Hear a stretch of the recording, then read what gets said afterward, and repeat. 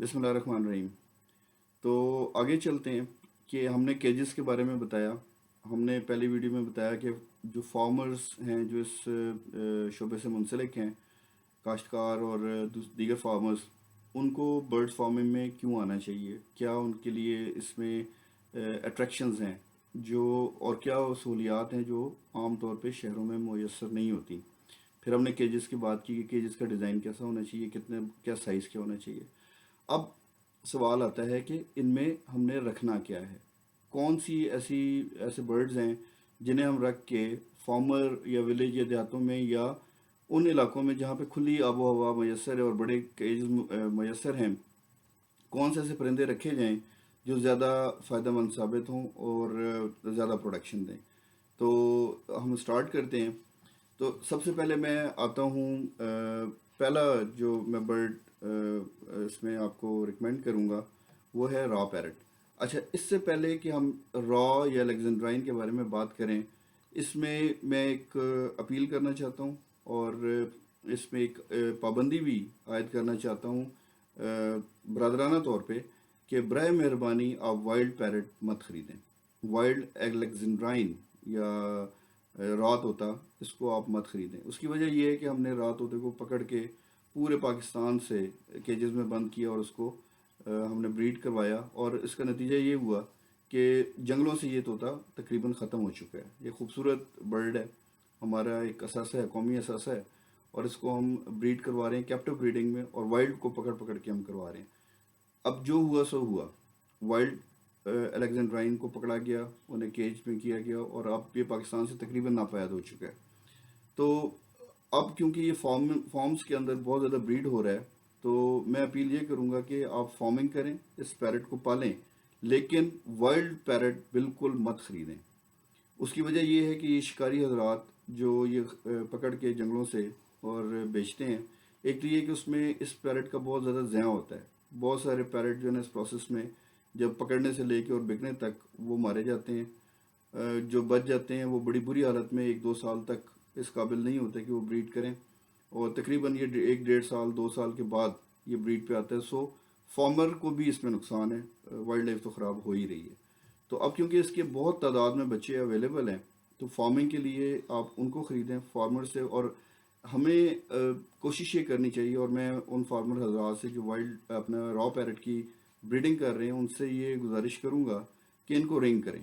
جو بچے آپ کے پاس پیدا ہو رہے ہیں ان کو کلوز بینڈ رنگ دیں، رنگ کریں، اپنے نام سے کریں، اپنے جو بھی آپ اس کو نمبر دینا چاہتے ہیں، لیکن وہ کلوز بینڈ رنگ ہو تاکہ پتہ چلے کہ یہ پیرٹ جو ہے وہ وائلڈ سے نہیں پکڑا گیا. اچھا، اب ہم بات کر رہے تھے کہ جب ہم را فارمنگ کرتے ہیں تو یہ جنگلوں میں پایا جانے والا جانور ہے، سخت ہوتا ہے، ہارڈی ہے، سائز میں بڑا ہوتا ہے. تو اس کو دیہاتوں یا کھلی انوائرمنٹ میں اگر بریڈ کرایا جائے تو اس کی بریڈ بہت اچھی آتی ہے. غذاؤں کے بارے میں آگے بات کروں گا ایک علیحدہ ویڈیو کے اندر کہ کیا غذائیں ہیں جو ہمیں پرندوں کو دینی چاہیے جس سے ہمارا پرندہ صحت مند اور بیماریوں سے محفوظ رہتا ہے، اور ہمارا اپنا خرچہ بھی اس کے اوپر کافی کم آتا ہے.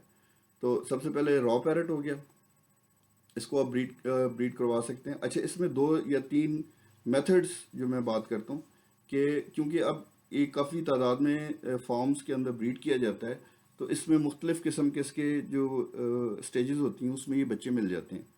اگر آپ ہینڈ فیڈ کرا سکتے ہیں تو آپ ہینڈ فیڈ سیکھیں، اور اس کے بالکل چھوٹے بچے جو فارم سے ملتے ہیں کلوز بینڈ لیں جس کے اندر رنگ پڑا ہوا ہو. فارمر کو کہیں گے جی مجھے کلوز بینڈ پیرٹ دیں، تو وہ بچے آپ لیں، ان کو ہینڈ فیڈ کریں. وہ آپ کو تقریباً 5واں حصہ قیمت کا اس میں یہ مل جاتے ہیں. کچھ تعداد آپ ان کی خرید لیں اور اس کو ہینڈ فیڈنگ پہ رکھ لیں. کچھ تعداد آپ خریدیں جو 1-1.5 سال کے پٹھے ہوتے ہیں، اور وہ بھی لوگوں کے پاس اویلیبل ہوتے ہیں سیل کے لیے. تو آپ کچھ وہ خریدیں، ان کو رکھیں، اور کیجز بنا کے بڑے کیجز میں ان کو چھوڑ دیں تاکہ ان کی نشو و نما اچھی ہو اور وہ آگے جا کے آپ کا ایک اچھا بریڈنگ سٹاک بنے. پھر آ جاتے ہیں گرے پیرٹ پہ. گرے پیرٹ میں اس کو کمرشل برڈ نہیں سمجھتا، یہ ایکسپرٹس کا برڈ ہے. گرے پیرٹ کی طرف مت جائیں. جب آپ جیسی بڑے سائز کے کیجز رکھ کے فارمنگ کی طرف آئیں گے تو لوگوں کا پہلی اٹریکشن یہ ہوتی ہے کہ جی ہم گرے پیرٹ رکھیں اور ہم گرے پیرٹ کی فارمنگ کریں. تو نئے سٹارٹر بگنرز کو میں ایڈوائز کروں گا گرے پیرٹ کی طرف بالکل مت جائیں. یہ آپ کی آگے جا کے جب آپ 4-5 سال ایکسپیرینس لے لیتے ہیں، آپ کا فارم چل پڑتا ہے، تو اس وقت آپ اس کو ایک لمیٹڈ تعداد میں رکھ سکتے ہیں اور اس کو بریڈ کر سکتے ہیں. پھر آ جاتے ہیں رنگ نیک پیرٹ. اچھا، رنگ نیک پیرٹ کے اندر میوٹیشنز موجود ہیں اور وائلڈ بھی موجود ہے. اچھا، وائلڈ کے ساتھ ہم نے وہی کیا جو ہم نے را کے ساتھ کیا تھا. پہلے را کو پکڑا جاتا تھا اور کامن گرین رنگ نیک یا سبز رنگ کا جو ہمارا عام طوطا ہوتا ہے، اس کی کوئی خاص ویلیو نہیں تھی. یہ پایا جاتا تھا جنگلوں ویرانوں میں، اس کے علاوہ آپ کے شہروں میں بھی مل جاتا تھا. لیکن اب وہی کچھ جو را کے ساتھ ہوا وہی اس کے ساتھ بھی ہوا، یہ بھی ختم ہو گیا. اب دیکھنے سے بھی یہ پرندہ آپ کو وائلڈ میں نہیں ملتا. تو برائے مہربانی اس پرندے کو مت خریدیں. یہ پرندہ اگر بریڈ ہو رہا ہے اور فارمز کے اندر اویلیبل ہے تو کلوز بینڈ کے ساتھ. اور میں دوبارہ ان لوگوں سے گزارش کروں گا جو گرین رنگ نیک کی بریڈنگ کر رہے ہیں، برائے مہربانی اپنے برڈ کو رنگ کریں، کلوز بینڈ ڈالیں. بچپن سے اس کو بالکل شروع میں جب چھوٹا بچہ ہوتا ہے اس کو کلوز بینڈ ڈال دیں، تاکہ اس چیز کا ثبوت ہو کہ یہ فارم کے اندر پیدا ہونے والا برڈ ہے اور اس کو وائلڈ سے نہیں پکڑا گیا. جو فارمرز اس لائن میں آنا چاہتے ہیں وہ گرین رنگ نیک جو کلوز بینڈ ہیں وہ خریدیں، ان کو ہینڈ فیڈ کریں. اگین وہ آپ کو پانچویں حصہ قیمت کے اوپر مل جاتے ہیں بچے. کچھ تھوڑے سے بڑے برڈز بھی آپ لے سکتے ہیں، تو یہ اسٹاک آپ اس میں ڈال سکتے ہیں. اس کے بعد ایک مشہور پاپولر برڈ ہے سین کنور. سین کنور لیں، سین کنور کے بچے بھی مل جاتے ہیں، بڑے بھی مل جاتے ہیں. پٹھے آپ لیں، بچے لیں، پٹھے لیں، تو اس کا کمبینیشن بنا کے آپ ان کو چھوڑ دیں.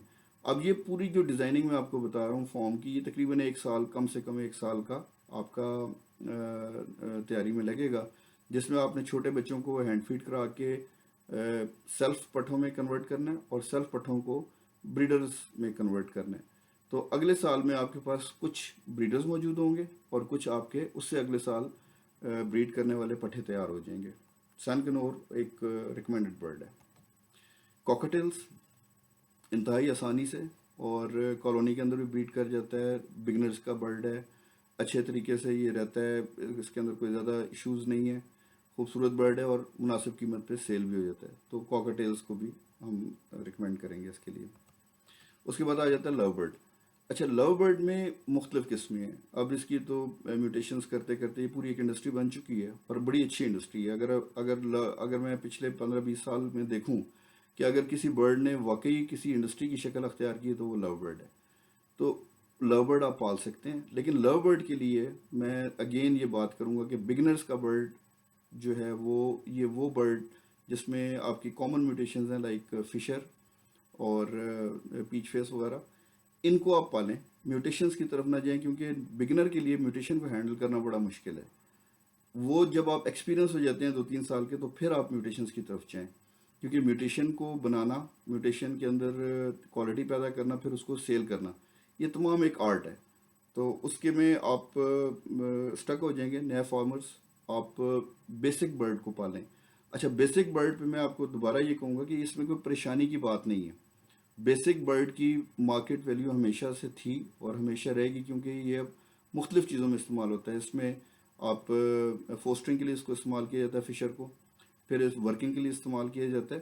تو بغیر کسی پریشانی کے یہ برڈ اس وقت آپ جال کے صورت میں، بلک کی صورت میں مارکیٹ میں اٹھا کے لے جائیں، فوری طور پہ سیل ہو جاتا ہے.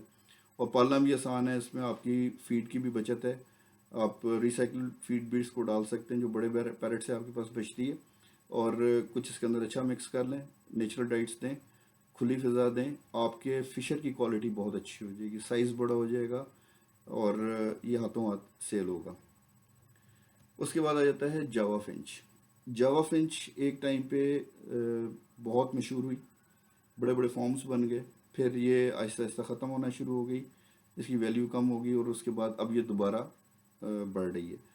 تو جاوا فنچ نے اپنے پچھلے 10 سال میں اپنے اپ ڈاؤنز میں یہ ثابت کیا ہے کہ یہ مارکیٹ سے آؤٹ ہونے والا برڈ نہیں، کم یا زیادہ ہو سکتا ہے لیکن یہ چلنے والا برڈ ہے. آپ اس کو آسانی کے ساتھ کالونی میں بریڈ کروا سکتے ہیں. بگنرز کا برڈ ہے، ہارڈی ہے، ہارڈ انوائرمنٹ میں رہتا ہے اور اچھے طریقے سے گرو کرتا ہے. ہمارے پنجاب میں اسپیشلی یہ صدرن پنجاب اور سینٹرل پنجاب کے اندر گرم آب و ہوا ہے، بڑے اچھے طریقے سے یہ گرو کرتا ہے اور اچھی بریڈ کرتا ہے، اور اس کے بچے بڑے ہاتھوں ہاتھ بک جاتے ہیں، تو اس کو میں ریکمینڈ کروں گا۔ اچھا، اب اس ایکسپیرینس بریڈرز اگر وہ ٹرانسفارم ہوتے ہیں چھوٹے فارم سے بڑے فارم کی طرف، تو ان کو کچھ زیادہ بتانے کی ضرورت نہیں ہے، لیکن میں ریکمینڈ یہ کروں گا کہ وہ بڑے برڈز کی طرف جائیں۔ اس میں میکوز ہیں، اس میں امیزونز ہیں، اس میں الیکٹس ہیں، تو یہ تمام برڈز وہ برڈز ہیں جن کو اگر بڑی ایویریز، بڑے کیجز دیے جائیں، ان کو اچھی ڈائٹس دی جائیں، نیچرل ڈائٹس دی جائیں، تو یہ آپ کے لیے بڑے پروڈکٹیو ثابت ہوتے ہیں۔ تو جو تھوڑے سے ایکسپیرینس رکھتے ہیں ان کے لیے یہ برڈس ریکمینڈیڈ ہیں۔ کمبینیشنس ضرور بنائیں، کسی ایک برڈ میں نہ رہیں، جو کہتے ہیں کہ do not put all the eggs in one basket, وہ والی بات ہے۔ تو آپ اپنا جب پورا فارم پلان کرتے ہیں تو اس کے اندر کمبینیشن کو پلان کریں، اس کے اندر کچھ حصہ جو ہے وہ آپ را پیرٹ کا رکھتے ہیں، کچھ رنگ نیک کا رکھتے ہیں، کچھ میں آپ ڈوز ڈال سکتے ہیں، جاوا رکھتے ہیں، اور پھر آپ کا ایکسپیرینس ہو جاتا ہے تو شروع میں آپ چند برڈس یا چند پیئرز جو ہیں وہ بڑے پیرٹس کے لائک امیزون ہے یا الیکٹس ہے، اس کو آپ رکھیں۔ اس کے بعد جب آپ کا ایکسپیرینس ہو جاتا ہے تو اس کو بھی آپ بڑھا سکتے ہیں، لیکن کمبینیشن کو میں ریکمینڈ کروں گا کہ آپ مختلف برڈس کو کمبائن کریں اور پھر اپنا فارم بلڈ کریں، کسی ایک برڈ کے اوپر اپنا فارم بلڈ نہ کریں۔ تو ہماری یہ آج کی مختصر ویڈیو شاید آپ کو فائدہ مند سود مند ثابت ہوگی۔ انشاءاللہ نیکسٹ ویڈیو کے ساتھ آپ کے پاس حاضر ہوں گے۔